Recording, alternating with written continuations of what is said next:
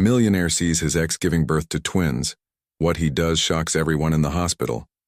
Before anything else, let's see how connected we really are. What's one thing you can see from your window right now? Maxwell Roberts adjusted his platinum Rolex as he strode through the sterile corridors of Boston Memorial Hospital, his Italian leather shoes clicking against the polished floor. The $500 million investment deal awaiting him in the boardroom upstairs should have commanded his full attention, but something felt different today. His phone buzzed incessantly with messages from his assistant about the delayed meeting, but Maxwell barely noticed. At 35, he had built Roberts Enterprises into a financial empire, yet lately, an inexplicable emptiness gnawed at him. Turning toward the elevator, a piercing scream shattered the hospital's quiet hum. Against his better judgment, Maxwell followed the sound down the maternity ward corridor. What he saw next stopped his world entirely. A woman with chestnut hair was being rushed into the delivery room on a gurney, her face contorted in pain. When their eyes met for a split second, recognition hit him like lightning. Sarah Williams, the woman from Seattle, the one night 8 months ago that had haunted his dreams ever since. His breath caught as the mathematical reality crashed over him. 8 months. The timing was unmistakable. "Mr. Roberts," his assistant's voice echoed from behind. "The board is waiting," but Maxwell couldn't move. His legs felt like lead as he watched the delivery room doors slam shut, sealing away the woman who might be carrying his children. For the first time in his life, the billionaire CEO sat down on a hospital bench and waited, his empire forgotten. 3 agonizing hours passed. Maxwell had dismissed his assistant, canceled the board meeting, and ignored 17 urgent calls. His perfectly pressed suit now wrinkled from gripping the hospital bench. When a nurse finally emerged from the delivery room, her announcement echoed through the corridor. "Congratulations, 2 healthy baby boys." Maxwell's heart stopped. Twins. His hands trembled as he stood, every instinct screaming at him to run, yet his feet carried him toward Sarah's room. She lay exhausted against white pillows, her hair damp with perspiration. But there was something radiant about her that took his breath away. In her arms, 2 tiny bundles slept peacefully. "Are they?" Maxwell's voice cracked, unable to finish the question. Sarah's eyes filled with tears. "Yes, Maxwell. They're yours." The words hit him like a physical blow. He sank into the chair beside her bed, staring at the perfect little faces. "I tried to reach you," Sarah whispered. "I called your office dozens of times, sent emails." "What?" Maxwell looked up sharply. "Your assistant said you were unavailable, that you didn't want to be, disturbed by unsuitable acquaintances." Rage flooded through Maxwell as he realized what had happened. Richard, his assistant, had been screening his calls, deciding who was worthy of the CEO's attention. "Sarah, I never knew. I swear I never knew." As if sensing their father's presence, one of the babies opened his eyes, the same steel gray as Maxwell's. In that moment, something fundamental shifted inside the billionaire. The empire he'd spent years building suddenly seemed insignificant compared to these 2 tiny lives. "What are their names?" he asked softly. "Oliver and Ethan," Sarah replied, watching his face carefully. Maxwell reached out tentatively, and Sarah placed Oliver in his arms. The baby's tiny hand wrapped around his finger, and Maxwell felt his carefully constructed walls crumble completely. Maxwell's mind drifted back to that fateful evening 8 months ago. He had been in Seattle for the Pacific Northwest Business Summit, staying at the Grand Hyatt's penthouse suite.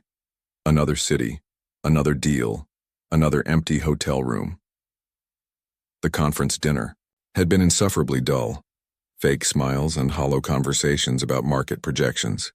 Needing air, Maxwell had escaped to the hotel's rooftop terrace just as an unexpected thunderstorm rolled in over Elliott Bay. That's where he found her, Sarah Williams, huddled under the covered pavilion with her camera, capturing lightning strikes against the Seattle skyline. She wore a simple sundress and looked completely absorbed in her work. "Incredible shot," he had said, genuinely impressed by her technique. She turned, startled, then smiled. Most people run inside when it storms. I chase it. They talked for hours. She didn't recognize him, didn't know about his billions or his business empire. To her, he was just Maxwell, a man who seemed lonely despite his expensive suit. What do you dream about? She had asked as they watched the city lights dance in the rain. I used to dream about building something lasting, he admitted. Now I wonder if I've just built beautiful cages. When the rain intensified, she grabbed his hand and pulled him into it, laughing as they got soaked. They danced clumsily on the wet terrace, her camera forgotten, both of them feeling young and reckless. The kiss happened naturally, under the Seattle storm, and it felt like coming home to a place he'd never been. Back in the hospital room, holding Oliver, Maxwell felt that same sense of belonging, but this time he wouldn't run away. I left the next morning, he confessed to Sarah. I was terrified of what I felt. Sarah nodded sadly. I found your note. Thank you for a lovely evening. Very professional. The biggest mistake of my life, Maxwell whispered, meaning every word. Maxwell refused to leave the hospital that night. He'd sent his driver home and ignored the stack of urgent contracts waiting on his desk. Instead, he sat in an uncomfortable plastic chair, watching Sarah sleep and learning to hold his sons. Ethan was the quieter twin, content to study faces with serious gray eyes. Oliver was more restless, already showing signs of the Roberts' determination, with his firm grip and demanding cries. At 3 a.m., when Oliver woke hungry and Sarah struggled to sit up, Maxwell gently took the baby. Let me, he said, preparing the bottle with surprising competence. You're natural at this, Sarah observed, amazed. I never thought I'd want children, Maxwell admitted, watching Oliver drink. My father was absent, always working, always building. The business. I swore I'd never put a child through that. And now? Maxwell met her eyes. Now I understand what I've been missing. All those years building an empire, and I never built a home. As dawn broke through the hospital windows, Maxwell made calls that would have shocked his board of directors. He canceled 3 international trips, postponed the Tokyo expansion, and instructed his legal team to prepare paternity acknowledgement papers. Maxwell, Sarah said softly, you don't have to change your whole life. I can manage alone. He looked at her incredulously. Sarah, you're not alone anymore. You'll never be alone again. When Dr. Chen entered for morning rounds, she found Maxwell asleep in the chair with Ethan on his chest, while Sarah cradled Oliver. The sight made her smile. She delivered thousands of babies, but rarely witnessed such an instant family bond. Visiting hours start at 8, she whispered to the nurse. He's not visiting, Sarah replied, watching Maxwell's peaceful face. He's home. The word hung in the air between them, heavy with possibility and hope. On Sarah's second day at the hospital, Maxwell arrived carrying a small bouquet of white daisies. Not expensive roses or exotic orchids, but simple daisies. You remembered, Sarah whispered, tears forming in her eyes. You said they were your favorite because they're honest flowers. No pretense, just pure beauty, Maxwell replied, recalling their Seattle conversation perfectly. The nurses bustled around, checking on the twins, but froze when Maxwell suddenly knelt beside Sarah's bed.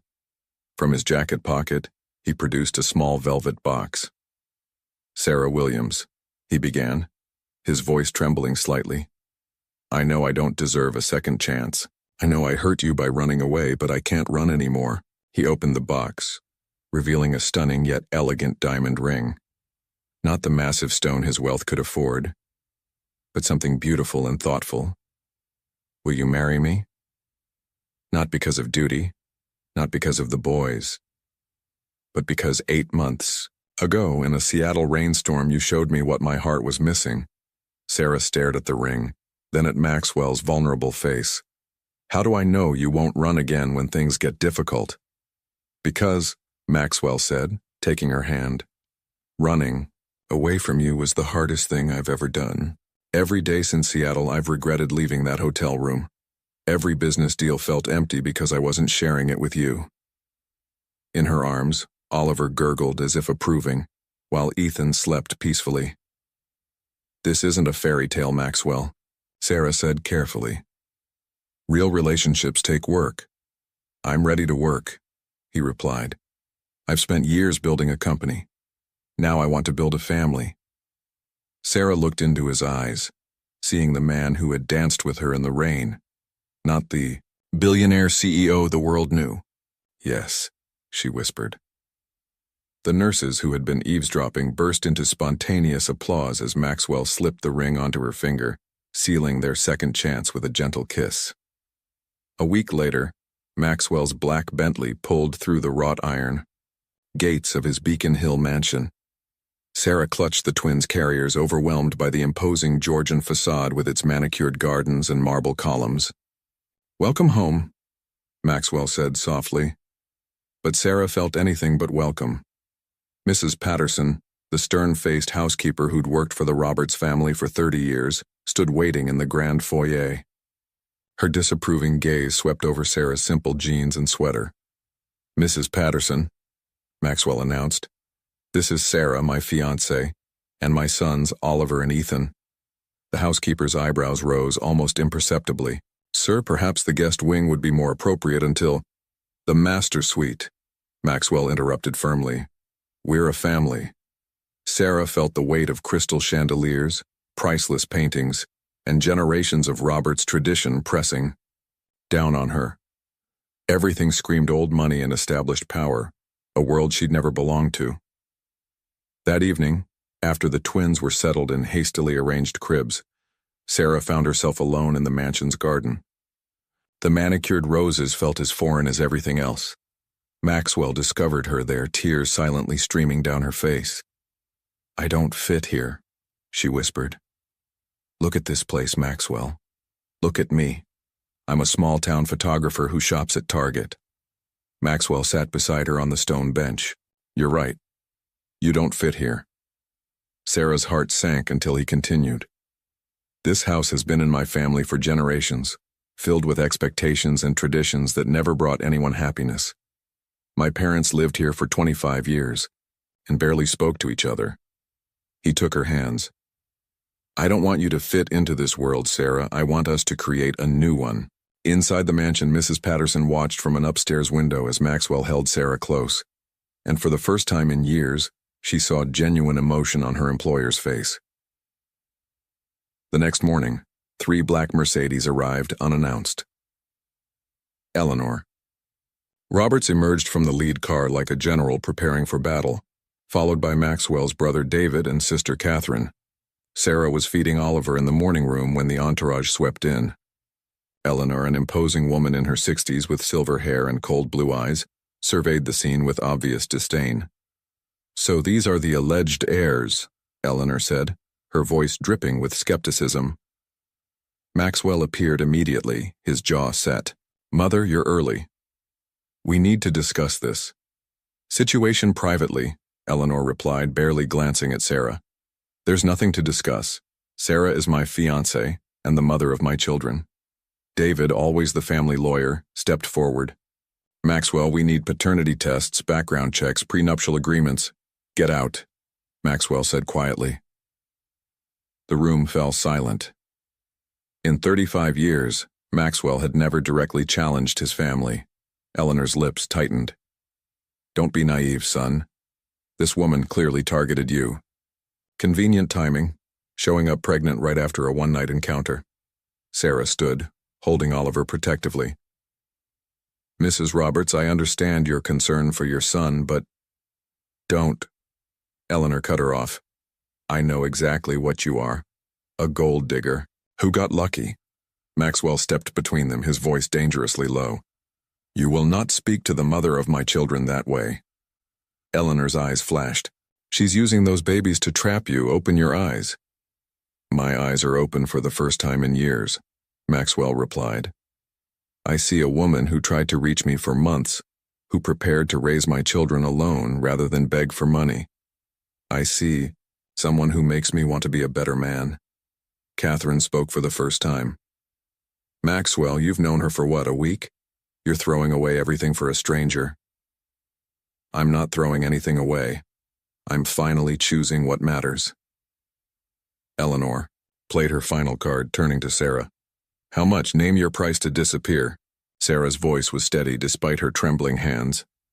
There is no price, Mrs. Roberts. But Maxwell is free to choose his family. If you can't respect his choice, perhaps you should leave. Maxwell faced his family with steel in his voice. Until you can treat Sarah and my sons with respect, you're not welcome here. The silence stretched until Eleanor gathered her dignity and swept toward the door. When this fantasy ends, don't come crawling back. As the cars disappeared down the drive, Maxwell pulled Sarah close, both of them shaking from the confrontation that had just changed everything. 3 days after the family confrontation, Maxwell surprised Sarah with a mysterious drive. As they left Boston's city limits with the twins sleeping in their car seats, Sarah noticed Maxwell's shoulders relaxing for the first time since his family's visit. "Where are we going?" she asked. "Somewhere I should have taken you from the beginning," he replied, turning onto a winding lakeside road. They stopped before a charming 2-story house nestled among pine trees, with a wraparound porch overlooking a pristine lake. Unlike the imposing Beacon Hill mansion, this felt warm and inviting. "I bought this place 3 years ago," Maxwell explained as they walked to the front door. "I told myself it was an investment, but honestly, I just needed somewhere that felt peaceful." Inside, Sarah gasped. The house was beautifully furnished but felt lived in, comfortable. Large windows flooded the rooms with natural light, and a stone fireplace dominated the cozy living room. "Maxwell, it's perfect," she breathed. He led her upstairs to show her the master bedroom with floor-to-ceiling windows facing east. "You mentioned in Seattle that you loved watching sunrises." But the real surprise was down the hall, a fully equipped photography studio with professional lighting and darkroom facilities. "You did this for me?" Sarah's eyes filled with tears. "I've been preparing for you to come back into my life even when I didn't realize it," Maxwell admitted. The twins' nursery was already set up with 2 cribs, a changing station, and toys, carefully chosen by Maxwell himself. Everything was ready, as if he'd been waiting for his family to arrive. That evening, as they sat on the porch watching the sunset reflect on the lake, Sarah finally felt at peace. The twins played on a blanket between them, and Maxwell looked more relaxed than she'd ever seen him. "No staff, no expectations, no family drama," he said quietly. "Just us." "Are you sure you can be happy with just us?" Sarah asked. Maxwell picked up Ethan, who immediately grabbed his father's nose. "Sarah, this is the first time in my adult life I've felt truly home." The first month at the lake house transformed them all. Maxwell learned to change diapers at 2 a.m. without complaint, mastered the art of burping babies, and discovered he could distinguish between Oliver's hungry cry and Ethan's sleepy whimper. Sarah watched, amazed, as the intimidating CEO became a devoted father who sang lullabies off-key and made silly faces to earn baby smiles. One evening, after finally getting both twins to sleep simultaneously, they collapsed on the couch together, exhausted but content. "Have a confession," Sarah said, curling against Maxwell's shoulder. "I'm terrified you'll wake up one day and miss your old life." Maxwell was quiet for a long moment. "My old life was impressive on paper. Penthouses, private jets, board meetings that moved millions. But I went to bed every night feeling empty." He turned to face her. "I'm more terrified that you'll realize you deserve better than a man who runs from feelings." Sarah's hand found his. "We're both scared." "What if we're scared together?" Maxwell suggested. Their conversation was interrupted by Oliver's cry from upstairs. As they went to check on him, Sarah made a decision. "I want to show you something," she said, leading Maxwell to her photography studio. For the first time, she revealed her portfolio, intimate portraits of ordinary people in extraordinary moments of connection. An elderly couple holding hands in a hospital. A father teaching his daughter to ride a bike. A mother comforting her son after a nightmare. "This is how I see the world," Sarah explained. "The real moments between people." Maxwell studied each photograph, understanding dawning in his eyes. "You capture love." I capture truth, Sarah corrected. And the truth is, what we have is real. When Ethan started crying too, they worked together to soothe both babies, moving in perfect synchronization as if they'd been partners for years. Later, watching Maxwell rock Ethan while humming softly, Sarah picked up her camera. The resulting photograph, a powerful man reduced to gentle tenderness by a tiny baby, would become her favorite image ever captured. 3 months into their new life at the lake house, the Roberts-Williams family had found their rhythm. Maxwell had revolutionized his work schedule, conducting most meetings via video conference and limiting travel to day trips only. His executive team initially panicked, but productivity actually increased when their CEO became more focused and decisive. Morning routines became sacred. Maxwell would wake at 5:30 a.m. to prepare bottles while Sarah pumped milk. They'd traded his usual black coffee and rushed breakfast for leisurely mornings watching the twins discover their world.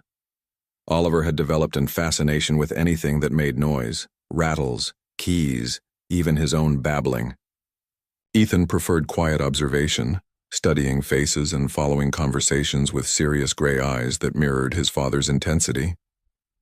He's going to be the thinker, Sarah observed one morning, watching Ethan carefully examine a wooden block. And Oliver's going to be the troublemaker, Maxwell replied, rescuing his laptop from his son's grabbing hands for the 3rd time that week. Sarah had begun photographing again, but her subjects had changed. Instead of commissioned portraits, she documented the small miracles of daily life. Maxwell's huge hands gently supporting Ethan's wobbly head, the twins' synchronized sleeping positions, quiet moments of discovery and growth. Her favorite session happened spontaneously when Maxwell fell asleep on the living room floor during tummy time, with both babies crawling over him like he was their personal playground. The images captured a side of the business mogul no boardroom had ever seen. One evening, as they attempted to eat dinner while the twins sat in their high chairs creating modern art with mashed sweet potatoes, Maxwell's phone rang. The caller ID showed his brother David. "Don't answer it," Sarah said quietly. "I should. It might be important." The conversation was brief and tense. When Maxwell hung up, his expression was troubled. "The family wants to meet," he said. "David says Mother is reconsidering her position." Sarah's stomach tightened. "What does that mean?" "I think she's realized I'm not changing my mind." That night, after the boys were asleep, they sat on their dock watching moonlight dance on the water. Sarah had been unusually quiet since the phone call. "You're worried," Maxwell observed. "Your family has power, connections. What if they try to take the boys?" Maxwell pulled her closer. "That will never happen, but maybe it's time to face them again. Show them who we really are. And if they still don't accept us, then we build our own traditions," Maxwell said firmly. "Starting with our wedding." The next morning brought unexpected drama when Oliver spiked a fever of 103 degrees. Sarah found him listless and burning hot during his 6 a.m. feeding. "Maxwell," she called, panic evident in her voice. They rushed to Boston Children's Hospital, Maxwell driving while Sarah held Oliver in the back seat, monitoring his breathing. Ethan, sensing the crisis, cried inconsolably in his car seat. In the emergency room waiting area, they sat holding hands while doctors ran tests. Other parents glanced at Maxwell's expensive clothes and Sarah's obvious distress, probably assuming they were just another wealthy couple dealing with minor parenting drama. But when Dr. Martinez emerged with a reassuring smile, explaining that Oliver had a common viral infection that would resolve with rest and fluids, both parents nearly collapsed with relief. "First-time parents always panic," the doctor said kindly. "But you did exactly right bringing him in." Driving home with a recovering Oliver and an exhausted Ethan, Maxwell reached over to squeeze Sarah's hand. "We're good at this," he said. "At panicking, at being parents, at being partners." That night, as they took turns checking on Oliver's temperature and keeping him comfortable, Sarah realized something fundamental had shifted. They weren't two people trying to make a relationship work anymore. They were a family, united by shared love and responsibility. Around 3 a.m., when Oliver's fever finally broke, and he smiled at them for the first time in 24 hours, Maxwell and Sarah looked at each other across the nursery and knew they could handle whatever challenges lay ahead. The christening of Oliver and Ethan Roberts was scheduled for a crisp Sunday morning in October at Trinity Church, a historic Boston landmark, where 4 generations of Robertsmen had been baptized. Maxwell had initially wanted a small private ceremony, but Sarah convinced him that hiding from the world wasn't sustainable. "If we're going to be a family, we need to face the public together," she had reasoned. The morning of the christening, Sarah stood before her bedroom mirror, adjusting the elegant navy dress Maxwell had chosen for her. It was designer but understated, appropriate for both the sacred ceremony and the inevitable media attention. "You look beautiful," Maxwell said, appearing behind her in a charcoal gray suit. He'd grown more relaxed in recent months, but today the familiar tension had returned to his shoulders. "The photographers will be brutal," Sarah worried, touching the delicate pearl necklace that had been Maxwell's christening gift to her. "Let them look," Maxwell replied, straightening his tie. "I want the world to see my family." At the church, a small crowd of reporters and photographers had already gathered despite the family's attempts at discretion. Word had leaked about the Roberts heirs' christening, and Boston society was curious about the woman who had captured the city's most eligible bachelor. Inside Trinity Church, the guest list was deliberately limited. Mrs. Patterson sat in the second pew, having gradually warmed to Sarah after witnessing her devoted care for the twins. Dr. Chen, who had delivered the boys, attended as their honorary godmother. A few of Maxwell's closest business associates filled the remaining seats. Notably absent was the Roberts family. Eleanor had been invited, but declined, though David sent a formal card wishing the boys well. As the ceremony began, Oliver and Ethan, now 6 months old, were surprisingly well-behaved in their matching white christening gowns. Oliver watched the proceedings with wide-eyed curiosity while Ethan dozed peacefully in Sarah's arms. Reverend William Thompson, who had known Maxwell since childhood, spoke about family, faith, and new beginnings. When it came time for the baptism itself, both parents stood together at the ornate font. "Do you promise to raise these children in love and truth?" Reverend Thompson asked. "We do," Maxwell and Sarah replied in unison, their voices carrying clearly through the sanctuary. As holy water touched Oliver's forehead, he let out an indignant squawk that made the congregation chuckle. Ethan, in contrast, remained serenely calm throughout his blessing. After the formal ceremony concluded, Maxwell surprised everyone by requesting a moment to speak. Standing at the pulpit with Sarah beside him, each holding a twin, he looked out at the gathered witnesses. 6 months ago, I thought success meant building an empire. Maxwell began, his voice steady but emotional.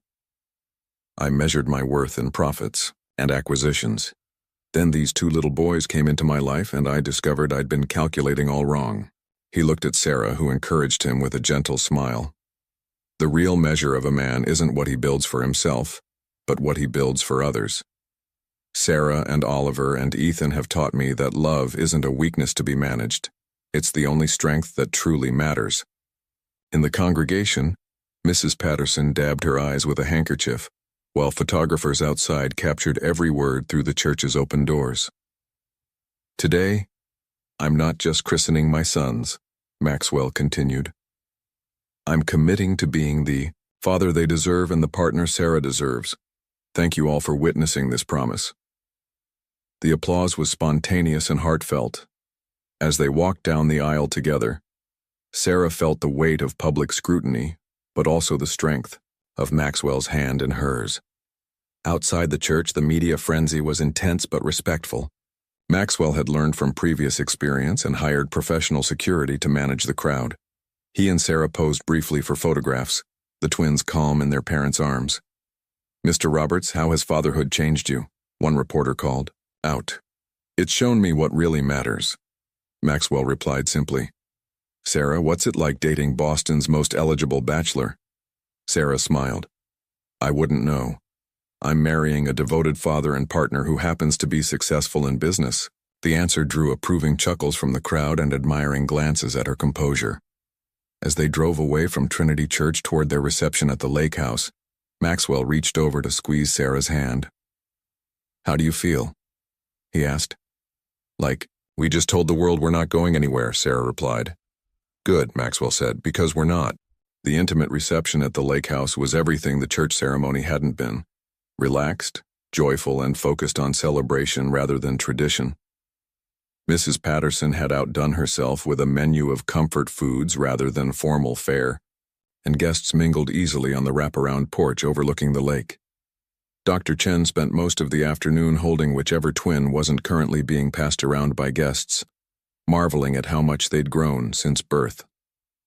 "They're going to be heartbreakers," she predicted, watching Oliver charm a group of business associates with his infectious grin. As the sun set over the lake, casting golden light across the water, Maxwell and Sarah found a quiet moment together, on the dock while their sons napped inside. "No regrets?" Maxwell asked, pulling her close. "Only one," Sarah replied. Maxwell's face showed concern until she continued. "I wish we could do this every day. Just be ourselves, with people who matter. Celebrating what we've built together, then that's what we'll do," Maxwell promised, "starting with our wedding." 2 weeks after the christening, an unexpected visitor appeared at the lake house. Sarah was in her photography studio editing images from the ceremony when she heard Maxwell's surprised voice from the front porch. "Mother? What are you doing here?" Eleanor Roberts stood at their doorstep looking uncharacteristically uncertain. Gone was her usual imperious demeanor, replaced by something that almost resembled vulnerability.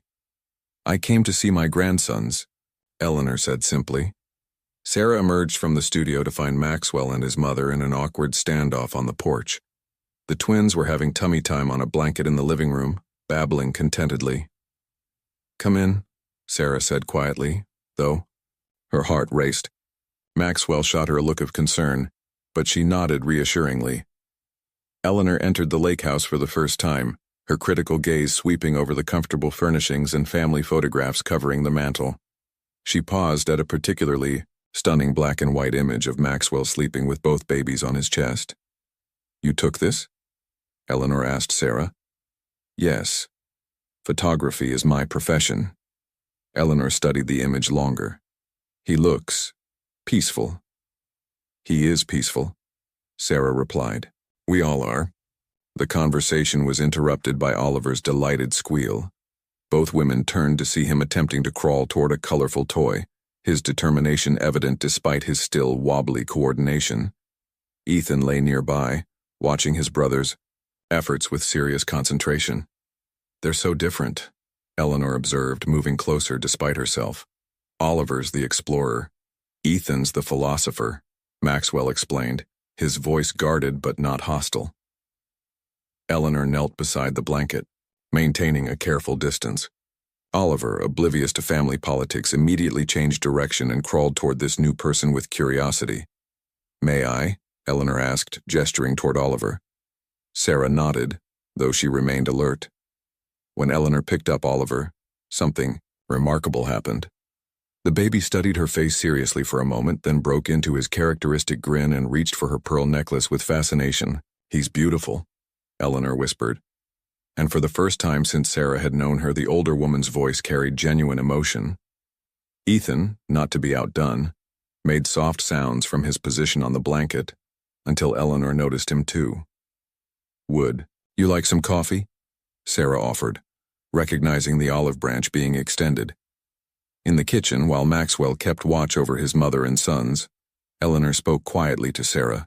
"I owe you an apology," she began. "My behavior at the hospital and at the mansion was inexcusable." Sarah continued preparing coffee, allowing Eleanor to continue. "I've watched Maxwell build that business empire for 15 years. He was brilliant, successful, but completely isolated. No real relationships, no joy in his achievements. I thought that was simply who he was."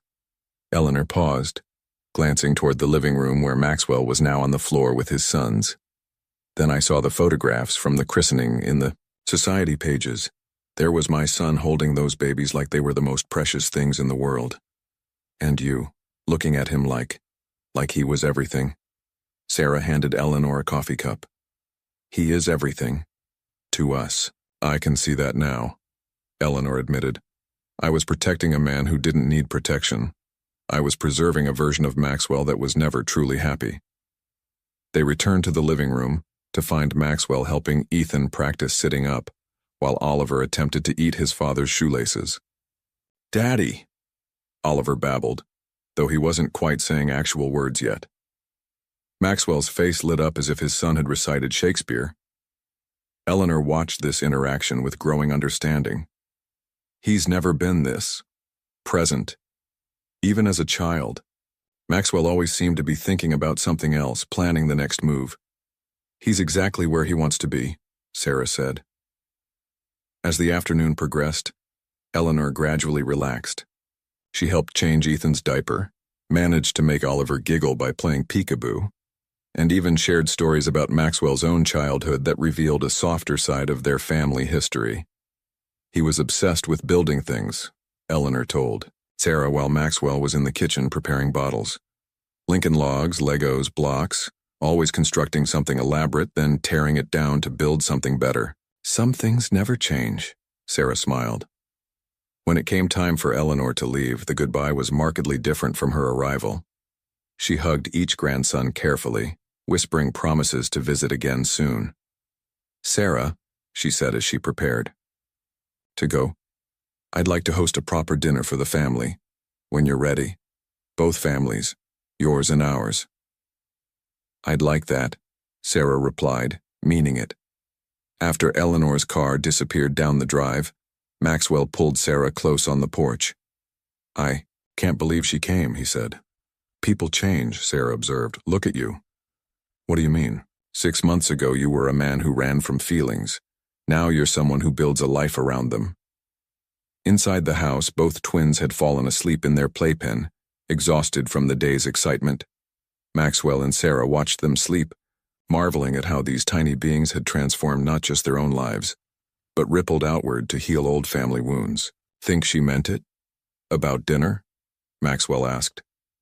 "I think your mother is discovering that being a grandmother might be more rewarding than being right," Sarah replied.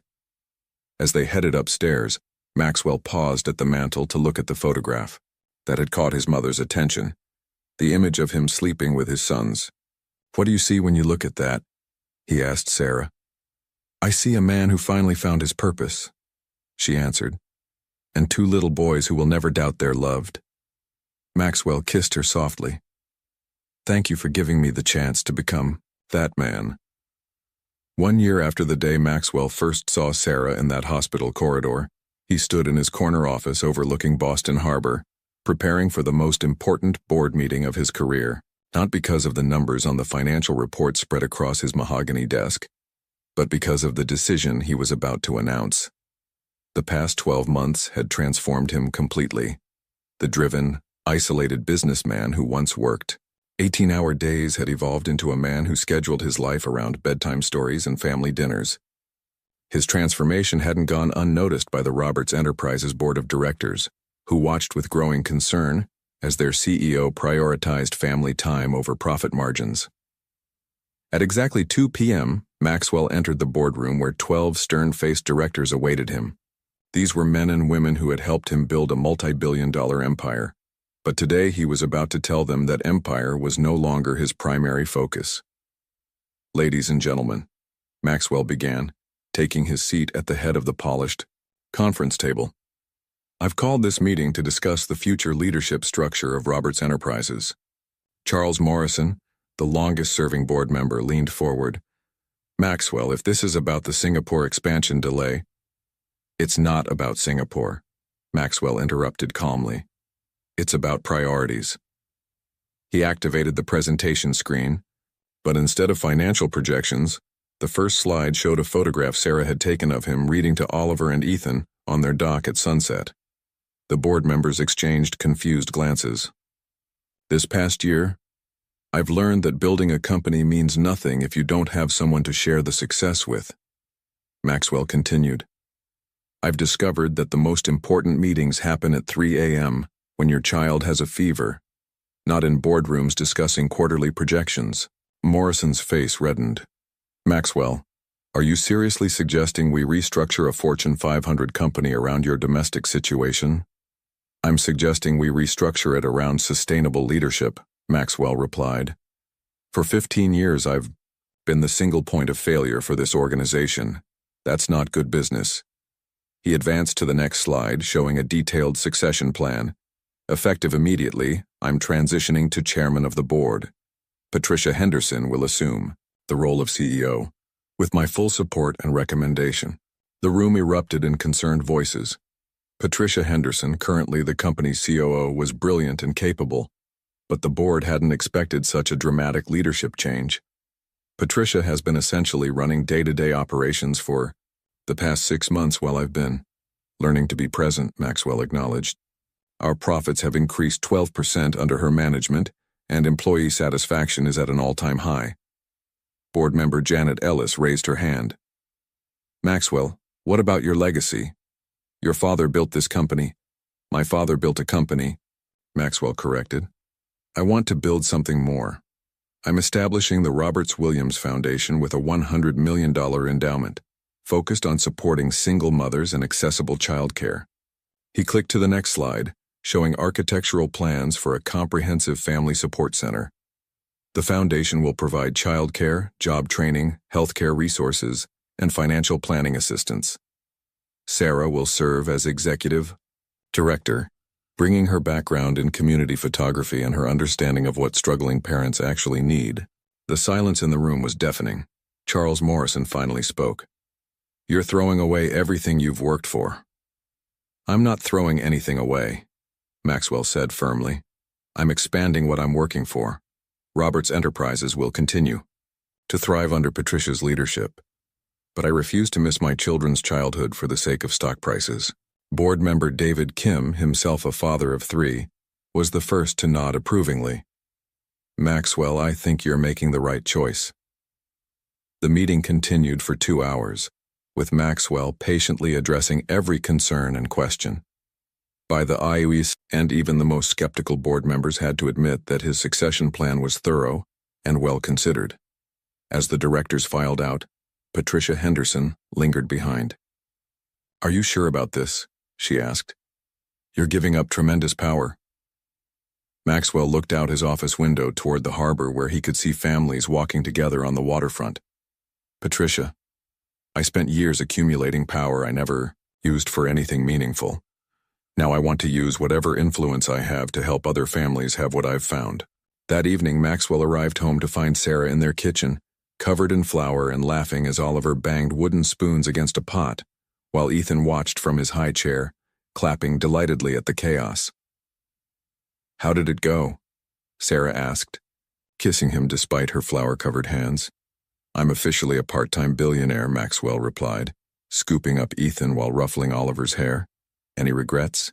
Maxwell looked around their kitchen, toys scattered on the floor, family photos covering the refrigerator, evidence of their beautifully chaotic life everywhere he looked. Only that I waited so long to figure out what actually matters. Later, that night after the twins were asleep, Maxwell found Sarah on their dock editing photographs on her laptop. She was working on a series documenting their first year as a family, candid moments of discovery, growth, and love. These are incredible, Maxwell said, looking over her shoulder at images that captured not just events, but emotions. They're our story, Sarah replied.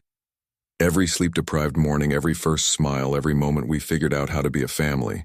Maxwell sat beside her, watching moonlight dance on the lake water. I have something to tell you, he said. I made another decision today. Sarah looked up from her laptop, concerned by his serious tone. I want us to get married next month. Maxwell continued. Not a big society wedding, not a business event, just us, the boys, and the people who matter most. Sarah's face broke into a radiant smile. Are you proposing again?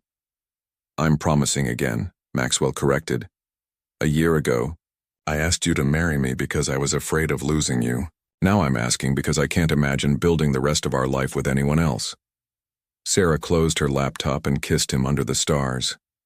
"Yes," she whispered. "Always yes." Inside the house, as if sensing their parents' joy, both twins slept, peacefully, completely secure in the love that surrounded them. Their family was finally, truly complete. A month later, on a golden October afternoon, the lake house had been transformed into a wedding venue that perfectly captured Maxwell and Sarah's journey. White chairs formed a small semicircle on the lawn overlooking the water, where fallen leaves created a natural carpet of amber and crimson. Sarah stood before her bedroom mirror, adjusting the simple but elegant ivory dress she'd chosen. It wasn't the elaborate gown a billionaire's bride might be expected to wear, but something that felt authentically her: flowing silk with delicate lace sleeves and a tea-length skirt that would allow her to move freely during the ceremony and celebration. "You look beautiful, dear," Mrs. Patterson said, fastening a strand of pearls around Sarah's neck. The housekeeper had become an unexpected ally, won over completely by Sarah's genuine nature and her obvious love for Maxwell and the twins. Oliver and Ethan, now 13 months old and walking with determined wobbles, were dressed in matching navy suits that made them look like miniature versions of their father. They would serve as ring bearers, though everyone understood their performance would be more about entertainment than precision. Eleanor Roberts entered the bedroom carrying a small wrapped box. "Something borrowed," she said, offering the gift to Sarah. Inside was a delicate silver bracelet with tiny diamond flowers. "It was my mother's," Eleanor explained. "She wore it on her wedding day, and I wore it on mine. I'd be honored if you wore it today." Sarah's eyes filled with tears as Eleanor fastened the bracelet around her wrist. "Thank you for giving me my son back," Eleanor whispered. "He was lost for so long, and you brought him home." Downstairs, Maxwell waited with Reverend Thompson, nervously adjusting his tie while greeting their small gathering of guests. Patricia Henderson had come from Roberts Enterprises, along with Dr. Chen and several close friends from both Sarah's photography community and Maxwell's business world.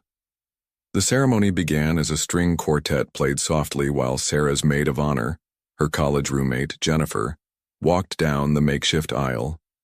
Then came the stars of the show: Oliver and Ethan, each clutching a small pillow with rings attached, though backup rings were safely secured with the best man just in case. Oliver took his role seriously, walking determinedly toward the altar, with intense concentration.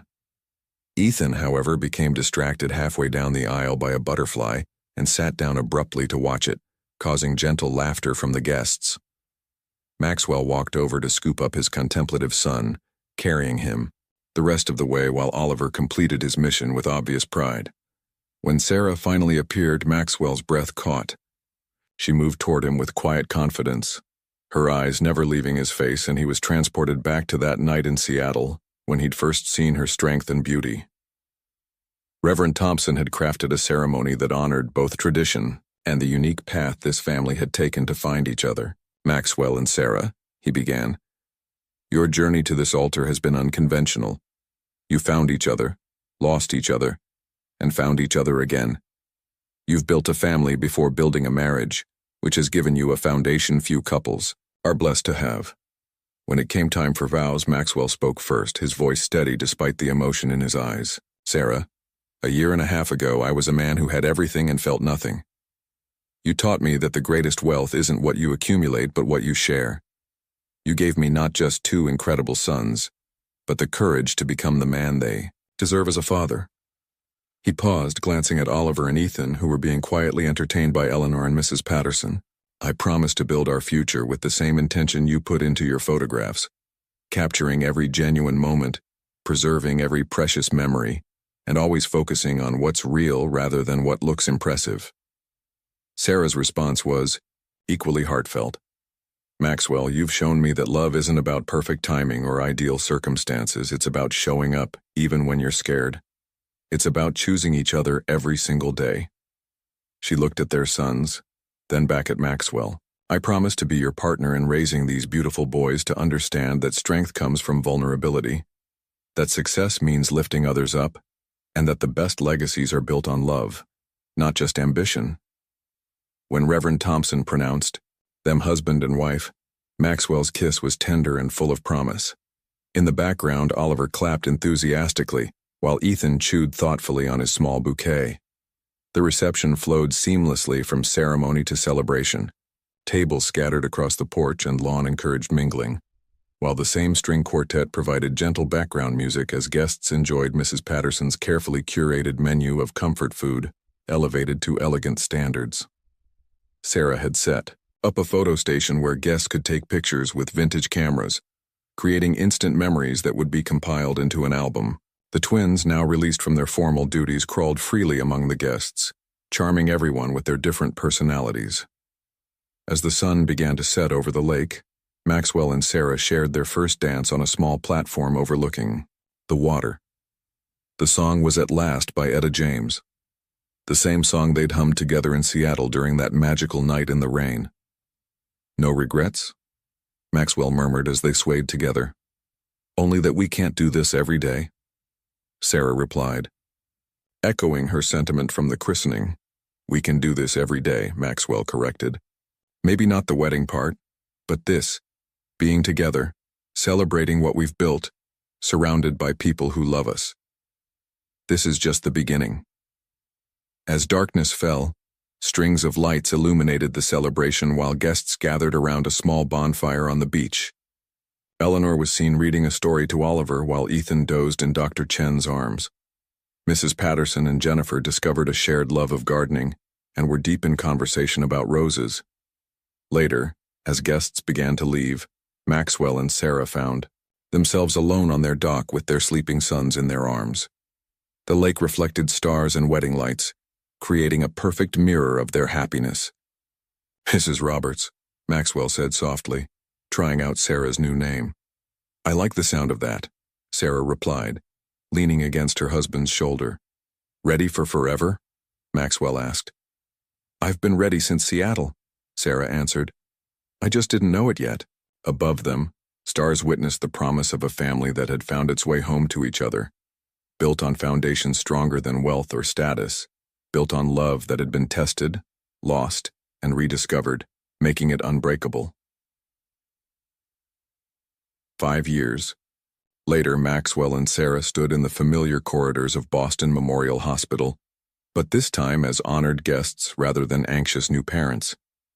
The hospital buzzed with excitement as staff, patients, and community members gathered for the grand opening of the Roberts-Williams Family Support Center. Oliver and Ethan, now 6 years old, tugged at their father's hands as they explored the bright, welcoming space that would soon serve hundreds of families. Oliver, true to his nature, peppered everyone with questions about how the medical equipment worked, while Ethan quietly observed the interactions around him, already showing signs of his father's analytical mind. "Daddy, why are there so many cameras?" Oliver asked, noticing the media presence documenting the day's events. "Because today is special," Maxwell explained, kneeling to his son's level. "We're opening a place that will help other families like ours." Dr. Chen, now chief of obstetrics and the center's medical director, approached with a warm smile. She had watched the Roberts family grow from that chaotic night in the delivery room to the confident, loving unit they'd become. "Ready for the ribbon cutting?" she asked Sarah, who looked radiant in a professional but approachable blue dress. "I think so," Sarah replied, though her hands trembled slightly with nerves. As executive director of the foundation, she had overseen every detail of the center's development, but public speaking still challenged her. The center itself was a testament to thoughtful design and genuine understanding of family needs. The main lobby featured Sarah's photography exhibitions, portraits of real families served by the foundation, capturing moments of hope, struggle, and triumph. Childcare facilities included both traditional daycare and evening care for parents working non-standard hours. Medical suites offered everything from prenatal care to pediatric services, while educational spaces provided job training, financial, literacy classes, and parenting support groups. Maxwell had insisted on one special feature, a small chapel-charked meditation room with windows overlooking a memorial garden. providing space for families to find peace during difficult times. As the ceremony began, Maxwell found himself thinking about the journey that had brought them here. The Roberts Williams Foundation had grown beyond their wildest expectations, serving over 2,000 families in its first 4 years. They had centers in 3 cities now, with plans for expansion to 5 more locations. But more than the numbers, it was the stories that mattered. Like Maria Gonzalez, a single mother who had used the foundation's child care and job training to become a certified medical technician. Or the Johnson family, who had received crucial support during their premature triplets' NICU stay and now volunteered as peer counselors for other NICU families. "Ladies and gentlemen," Dr. Chen addressed the gathered crowd. 5 years ago, Maxwell Roberts and Sarah Williams faced an unexpected moment in this very hospital that changed their lives forever. Today they're using that experience to change lives for countless other families. She turned to Sarah, who stepped forward to address the audience. Gone was the nervous young woman who had once felt out of place in Maxwell's world. In her place stood a confident leader who had found her calling and service to others. "When I gave birth to Oliver and Ethan in this hospital," Sarah began, her voice clear and strong, "I was prepared to face parenthood alone. I had no family support, limited resources, and honestly, I was terrified." Maxwell watched proudly as his wife commanded the room's attention. "The Roberts Williams Family Support Center exists because we believe no parent should face those challenges without support. Whether you're a single mother working 2 jobs, a family dealing with medical crisis, or parents simply trying to balance work and childcare, this center is here to remind you that you're not alone." The applause was warm and sustained. When Sarah finished her remarks, she and Maxwell joined hands to cut the ceremonial ribbon alongside Dr. Chen and Eleanor Roberts, who had become one of the foundation's most dedicated board members. As the ribbon fell away and guests began touring the facility, Maxwell felt a gentle tug on his jacket. He looked down to see Ethan holding a small wrapped gift. "What's this, buddy?" "Mommy said today was special, so I made you something," Ethan explained seriously. Maxwell unwrapped the gift to find a child's drawing showing their family, himself, Sarah, and the twins, standing in front of a building with a sign reading, "Help Place." Below the drawing, in careful 6-year-old handwriting, Ethan had written, "Thank you for showing me how to help people." Maxwell's throat tightened with emotion as he hugged his thoughtful son. "How did you know exactly what Daddy needed to hear?" he whispered.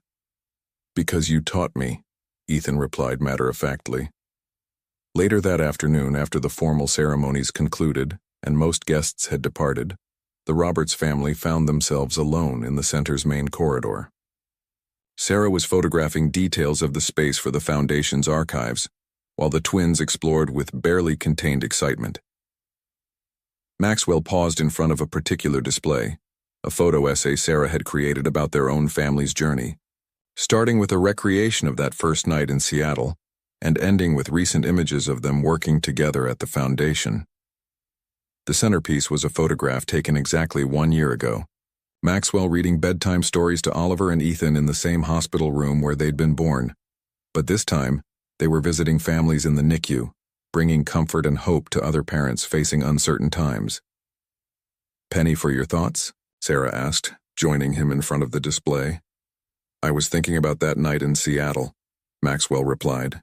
"If someone had told me that dancing in the rain with a beautiful stranger would lead to all this, would you have believed them?" Maxwell considered the question seriously. "No, but I would have hoped they were right."